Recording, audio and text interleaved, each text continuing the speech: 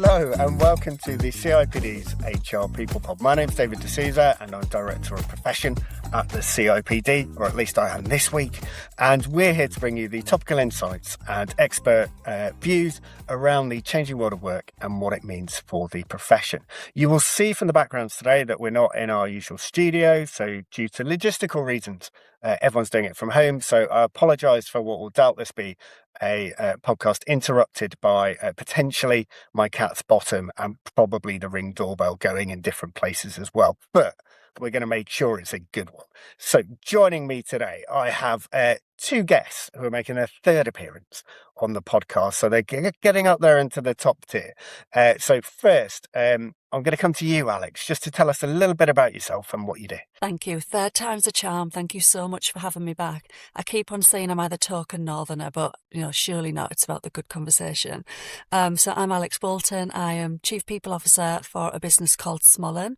We're a global professional services business working with some of the world's coolest brands and retailers.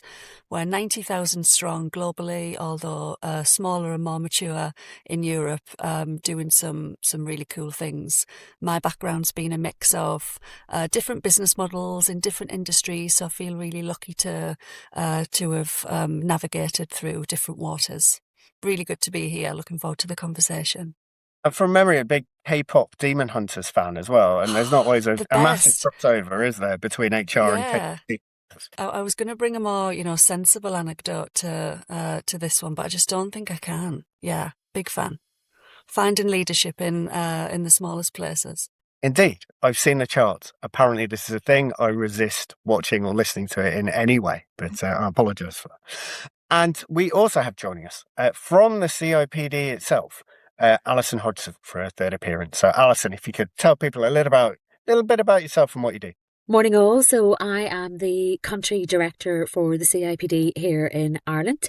I have been a HR practitioner for a couple of decades across several different industry sectors. In the main, I've been a generalist. At a couple of points in my career, I specialised in resourcing and talent management, but I invariably enjoyed the broad generalist nature of the HR impact and centrality of impact that we as professionals have on every organisation. So the CIPD in Ireland has got over 6,000 members. We are a team of 10 and feel very privileged to represent a whole range of sectors in Ireland. And the weather is awful, you were saying earlier, really bad weather. Shocking, absolutely shocking. So far, Dublin has had 458% of its regular rainfall in the month of January. So it's, it's shocking. I have to advocate for dehumidifiers in everybody's homes because they're very busy as an instrument at the moment across the whole of Ireland. It's an important thing to do, advocating for dehumidifiers. We'll not put too much time into it today, but as a general principle. We're talking about three things today, but the first one is probably quite personal, actually. We want to talk about pivotal career moments. So I was talking to someone about the RSA, the Royal Society of Arts, and some of its history is absolutely amazing. So it's got a range of fellows and members going back through the years. But there's a particular connection with Johnny Ive, who is well known for his design work on anything that begins with an I and associated with Apple as well as other things. And Johnny Ive actually won a prize from the RSA really early in his career. And the money from that prize allowed Johnny Ive to then travel to the US. And that, if you like, opened up everything that's, to a degree, changed the way that we think about design and the world in a new number of different places. And it made me think about those tiny moments, either of recognition or of decision-making, where someone goes on to do something completely different or it shifts their way of thinking about something. So, Alix, I'm going to come to you first. You don't have to have a comparison that's created universally known technology, but have you got moments either from your career or moments that you've created with others or you've seen, where you see that really pivotal impact that actually small conversations or shifts can have on people's trajectory? Well, I might surprise you. No, I'm kidding. I don't have a comparable example.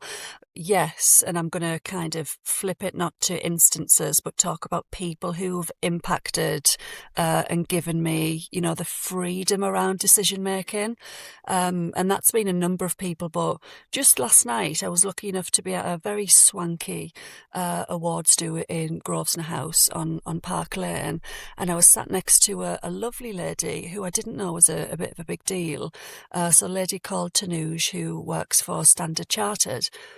She was their CHRO and now she's their chief strategy officer. But we were talking about different kind of NED and community impact roles that, she and we are involved in. And it's actually really rare, or rarer than we think, for organisations to give you the freedom to flex a different muscle in voluntary organisations. So I think that for me is a real great example of organisations giving you stretch and, freedom to get out into the world. Look at the CIPD, branch network. That's a volunteer-led, initiative. But not every employer gives you, the time and capacity to actually give back, whether it's as a profession or whether it's part of a wider community. So I think I consciously take that now into my own leadership style and look for strengths and skills and instances of where you can unlock someone's impact rather than, just keeping them in the straight and narrow of their organisational role. I think it takes a bit of boldness and bravery to let people go out of your team when they might be suited to something else or where they've got, potential to shine on different work streams. Not a lot of leaders do that because, we're chasing productivity, but that's brought a flavour to my own leadership style, the ability to give people freedom to impact things that are really important to them. So the CIPD has a trust, CIPD Trust, and it does incredible work. So we've got a number of different ways that people can connect. So the branches would be one, community champions that do lots of work in our communities. The trust itself, where senior people mentor, 2/3 of those people then go back to their organisation and make changes, often to the way that they recruit people. So when they come into contact with someone looking for that next opportunity, looking for someone to take a chance on them, they recognise that actually their own processes have got barriers to accelerating and recognising talent, which is what we're about as a function and profession. Where there are barriers, they strip them away. And I think it's a really good example to your point around just recognising what's going on for people is a lot richer than the day job. And can help them do the day job and excel at it. I'm a product of that, David. I'm a product of the trust. So I've been a mentee and then a mentor subsequent times as well. So very lent into that work. Tell us a bit more about that, because obviously moving from mentee to mentor, that must be quite an emotional moment or a change anyway. Yeah, I mean, I was on the first, I can't remember what year it was. Someone might need to fact check me. It might have been 2018, 2019 when the first senior leader program came out, and was partnered with an amazing lady, Lynn Rennie Smith, who we're still connected. And then subsequently, I've been round the cycle as a mentor a couple of times, and there's just something so warming and really rewarding about one, just connecting and meeting people who are in a similar vein, but just working with and helping people and yourself to think differently about different organisational challenges. I think it takes a real level of curiosity, but also giving people the space to get out of their own way. Yeah, it's great. I've got a lot of time for the trust. And a nice shout out for Lynn as well. I think it's always nice when you can kind of name people and go, it's that, you made a difference. Lynn, thank you very much. Yeah. Alison, coming to you. And we're just about to roll out the CIPD Trust now later on in the year here in Ireland. So it's great to hear, first-hand testimony. I think this is a plug for the trust. It's just working that way. I know. Look, it's great in terms of the social impact and everything. For me, look, I've been lucky enough and privileged enough to be made redundant a couple of times in my career. And what that gave me was the opportunity to move sectors. And, I've been in HR in retail, in banking, in telco, in service facilities management, in tech, in logistics with Royal Mail, in the hospitality sector. Each move into different sectors required me to dig deep and be vulnerable, because I had to learn. And that word pivot, Alix, that you were talking about earlier, because context is everything. And whilst HR is a principles based profession and good HR is good HR everywhere in the world, it is context driven. So the context does inform the order in which you do things, the pace at which you do things, the models that you apply. But for me, I think there was one particular line manager in Sodexo, a gentleman called Martin Archer, who allowed me to specialise in change management. And I was the HR projects director for Sodexo across the UK and Ireland. And that required rolling out NVQ programme, rolling out an apprenticeship, rolling out an employee survey. It required me to apply my knowledge and capability very differently. And so, I'll be forever grateful to Martin Archer, because I think he was the line manager who enabled me to apply a more business / commercial lens to what HR should do for any organisation. Look, we've touched on change readiness there. And that was one of the areas that we wanted to talk about today. So I'm going to take this as a natural bridge, as if we're on daytime TV, and see if I can move smoothly from one to the other. So there's a broader question around organisational readiness. So at the recent World Economic Forum, there was discussion around not just geopolitics and instability, but a need for organisations and indeed workforces and societies to change. And within that was this notion that workforce transformation is no longer a periodic initiative. So we don't have a burst of this happens for 2 years and then it's quiet and stable for 5 years and then another 2 years. Not that it ever really works like that anywhere apart from paper, but essentially that if change is a constant in the background, we often frame that as an employee challenge. So employees need to accept it, they need to get with the program, they need to embrace it. But there's a systems element to this as well, thinking one level up as to whether organisations are actually set up to change and set up to help people change.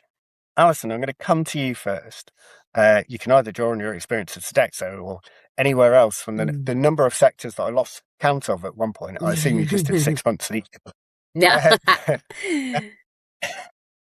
What does organisational readiness look like in practice? How can you tell an organisation is either ready for change or has got used to going through change on a regular basis and has that muscle? Yeah, look, that whole report in the World Economic Forum really resonated with me, because if you look at the fabric of the economy in Ireland, 99.8% of enterprises are small to medium, and that part of the economy here in Ireland employs over 2/3 of the working population. And at the same time, we have got a lot of global organisations headquartered here, in terms of 17 out of the top 20 global banks, 16 out of the top 20 global tech companies, and over 90 pharmaceutical companies are based and European headquartered here in Ireland. So as a consequence, the economy and the workplaces are generally very agile, because we have to be, and we are, as a country, in a constant state of transformation. And I suppose what we're seeing is that organisations are sometimes resizing and or reshaping in response to transformation. That readiness to do that appears to be quite indigenous in Ireland as an economy, because we're a small island economy with just over 5 million people, and so we as a nation have to be quite agile in order to thrive and not only survive. I suppose when I look at my own career and change management as a discipline within the HR profession, it is a critical skill and capability, because it's not enough to know what needs to happen. You have to operationalize and execute the how it happens. And that's the critical piece. And I suppose if you look at that World Economic Forum as well, and a lot of the conversation in Davos was around skills-based economy, and that seems to be the way, certainly here in Ireland, the organisations are future-proofing themselves in order to have that agility to roll with the change and the ever notion of constant transformation. Alix, it's not a soft thing, is it? Change is one, it's quite difficult, but secondly, it's adapt or die. So it's nothing's more critical to organisations than being able to meet the needs of the external environment and kind of their objectives.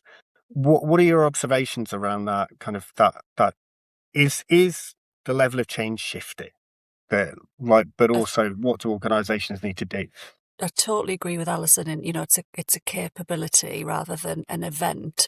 I think change often fails, right, because the operating system can't absorb it. So to your point, David, it's largely businesses are designed still structurally for stability rather than for change and transformation.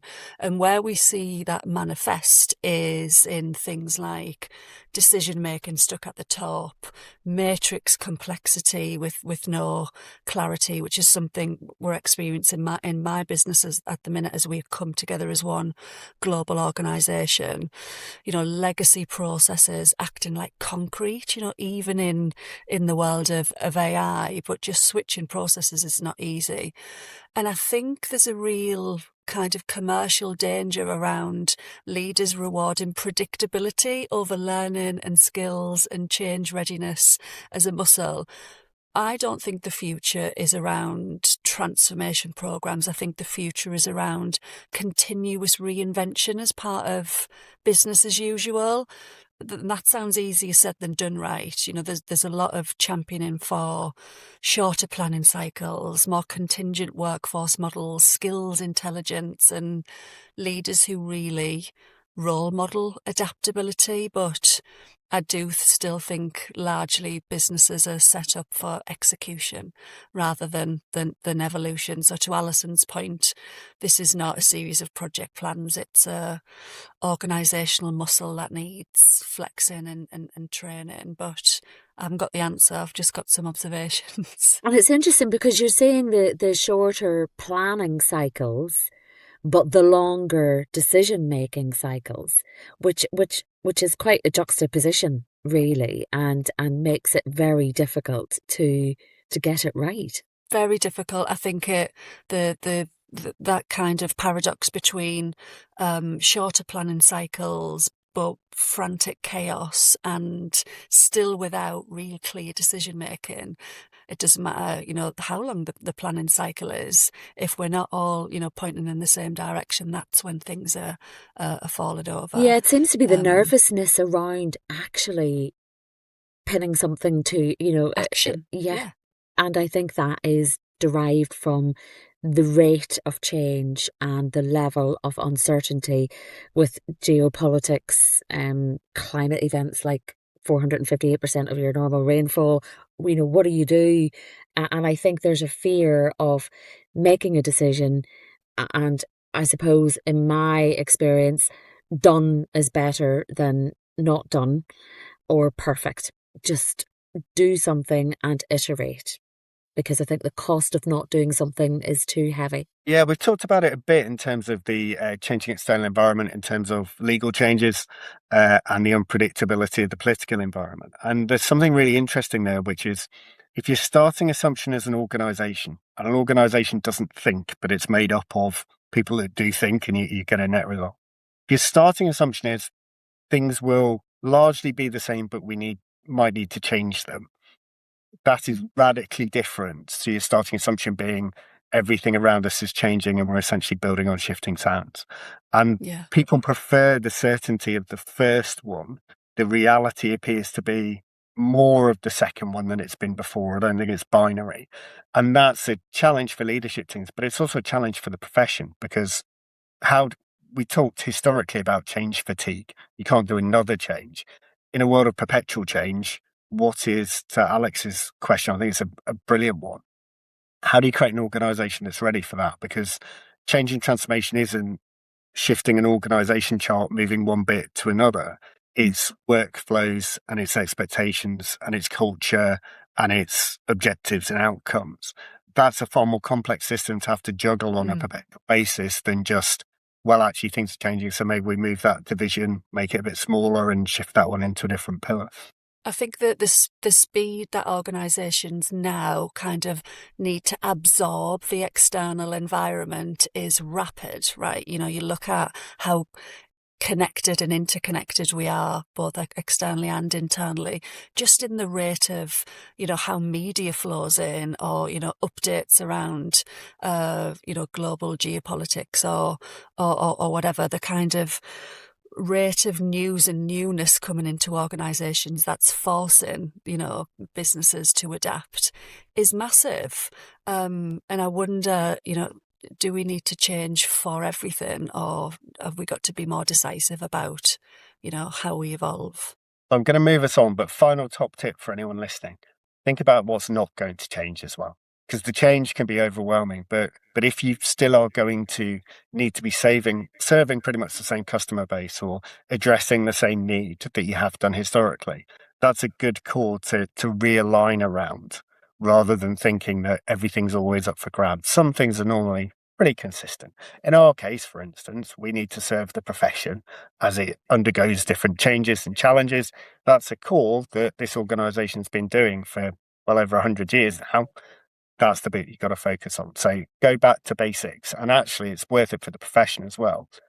If organisations are going to need people that excel, and they're going to want the best people in the roles, and they're going to want those people to be developing, what are the core things that you need to put in place there? We did a really good episode last time actually on kind of getting back to basics, and there's something around, in a world where everything's changing, some stuff stays the same. Speaking of things that stay the same and endure, and something that I know our panelists are particularly excited about, we're going to talk about peanut butter to kind of round off our thinking today. So, quick story first. When my brother was probably about 5 or 6, he would only eat peanut butter sandwiches. That was it. That was his entire diet. My mother said that you won't be able to do that, and you just won't eat unless you eat something else. 3 days that young boy survived with no food before my mother finally relented.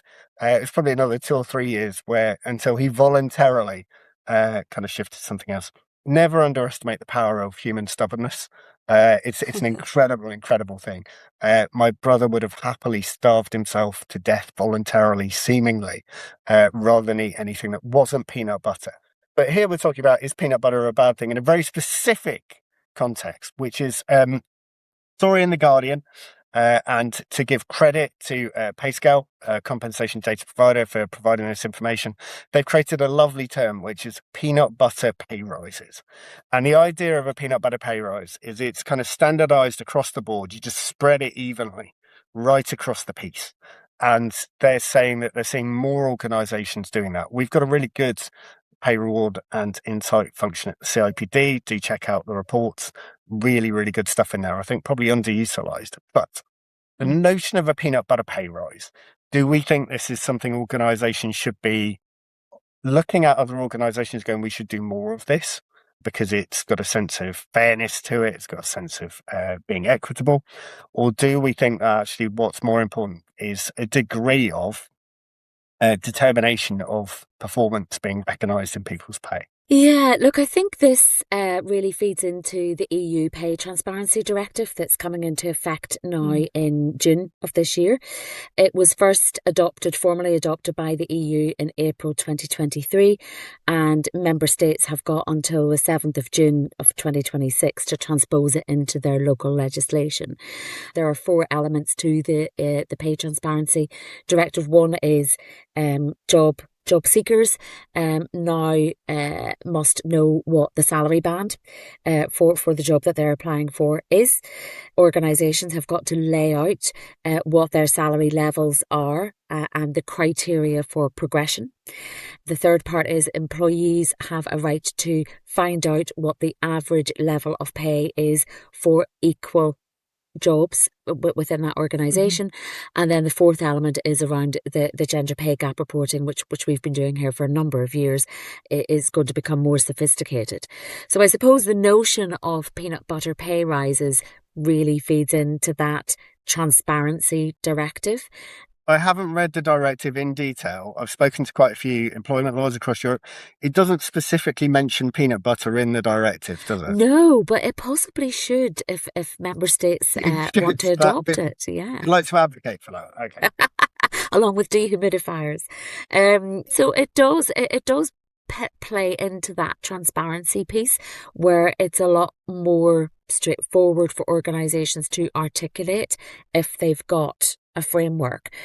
But that's really paradoxical to what we were talking about earlier, which is the emergence of a skills-based economy and currency being derived from skills. So it's tricky, but it kind of resonates with me, albeit a little bit fractiously. Would your view be, not asking you to speak for the CIPD, asking you to speak as a hugely experienced practitioner, do you see that as a positive shift away from performance-based pay, or do you see that as a challenge to performance-based pay? Because here's my guess, right? Here's my guess. My guess is organisations are finding it harder to provide high levels of differentiation in their pay because their budget's tight. And what that means is the variance you get from a top performer to someone that they feel they need to do something for is quite reduced. And they go, well, actually, I can't show enough differential there, so I'll just give everyone the same. Totally agree with you. I think that's absolutely spot on. And I think a lot of those restricted budgets have come from two things have happened in the last 15 months here in the economy in Ireland. One was the entitlement to sick pay only came into effect on the 1st of January 2025. Up until then, organisations weren't required or obliged to pay sick pay. And the second thing that happened on the 1st of January 2026 was auto-enrolment for pension. So budgets have become even tighter because of those two introductions. I know it's hard to believe that the country is only adopting both of those things now, but that has presented that very challenge to pay budgets and to the overall operating of organisations. We know from our labour market survey, our labour market outlook, a plug for that the national insurance increases that many organisations listening to this will have seen over the last year have made a significant impact to hiring intent, but also the tightness of budgets. Alix, big peanut butter fan? Concerned about peanut butter? Big peanut butter fan. I'm with your brother, David. You know, you could survive easily on peanut butter sandwiches. Look, tell it like it is. Peanut butter pay or across the board increases, they're a comfort blanket, right? They're usually a way to avoid difficult conversations, but they also dilute meaning, I think. Flipping that on its head, though, there's a couple of strategic kind of framing ways that it actually works. So one is around inflation protection or baseline fairness. So to what Alison is saying from a legislative point of view. So a universal uplift can protect things like purchasing power and, you know, maintain client trust. In my business, you know, we're effectively an outsourced services provider, and some of that baseline pay is actually driven by client budgets. So I can see there being a strategic imperative there. And then the other, you know, kind of get out of jail free card around it is an immature performance system. So if you can't differentiate credibly, just don't do it, you know, don't pretend. But I think the danger of uniform pay, it kind of quietly communicates performance doesn't really matter here, you know, and that's the easiest way to turn off your top talent. Perhaps people won't resign loudly, but they'll start to disengage. thinking forward, what do we do to move away from annual peanut butter? Alison mentioned skills-based pay. There's things like project contribution recognition, real-time reward, not just, one-off rituals. There's a lot of different kind of ways that I think you can not manipulate, that's a strong word, but be more creative with pay and budgets. Think about something like targeted retention investment. So what are the skills and people that you want to keep, based on, we talked about planning cycles earlier and change. I think reward has got to come into that massively. If everyone gets the same, you're not really rewarding performance, are you? You're just funding headcount. So, I'd urge practitioners and organisations to think about what you're paying for: market movement, impact, loyalty. They're three very different strategies. Pick one. Yeah, and to be fair to the EU Pay Transparency Directive, it is giving organisations an opportunity to review their pay philosophy and to articulate and come up with a narrative that works for them. And for the individual, it's giving them an opportunity to put a value against the skills that they are bringing to the table.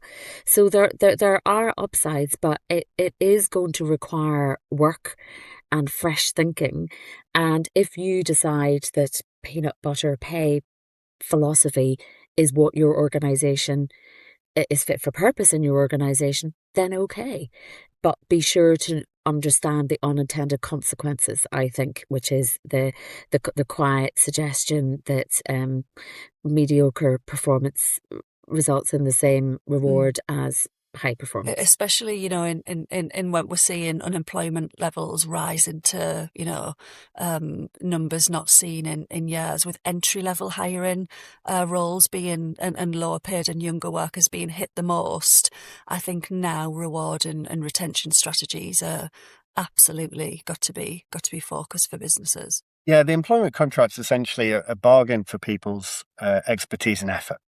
And within that, we then recognise there are certain things that we can do to incentivise that, to create either a drive for people to improve their expertise or a drive for them to put in more effort. If we remove one of the key levers to that, well, I think we'll leave it just by saying that it's a very crunchy topic, and it's certainly not in any way not smooth. It's not not a smooth. smooth way to get to the answer, is it? And never the half and half. If you've ever tried peanut butter that's half chocolate spread and half peanut butter, that thing does exist. It really shouldn't. So I'd like to finish. It just shouldn't. I've had it because I like both of those things, and the two of those things combined, it's not a good thing, which is it's part of the art of being a human. I'd like to really thank today's guests, Alison and Alix. We'll be back in the studio next time we do this. We will put links to all of the relevant resources that we have, or some of the key ones, I should say, rather than all of them, because there's an astounding amount that we provide for the profession. In the notes of this, please make sure to go back and listen to prior episodes as well. We put the topics that we're covering within that. We've done a 2026 kind of what's happening this year one recently. And also, I think the last one that we did was a cracker around the fundamentals in the profession and the outcomes it provides.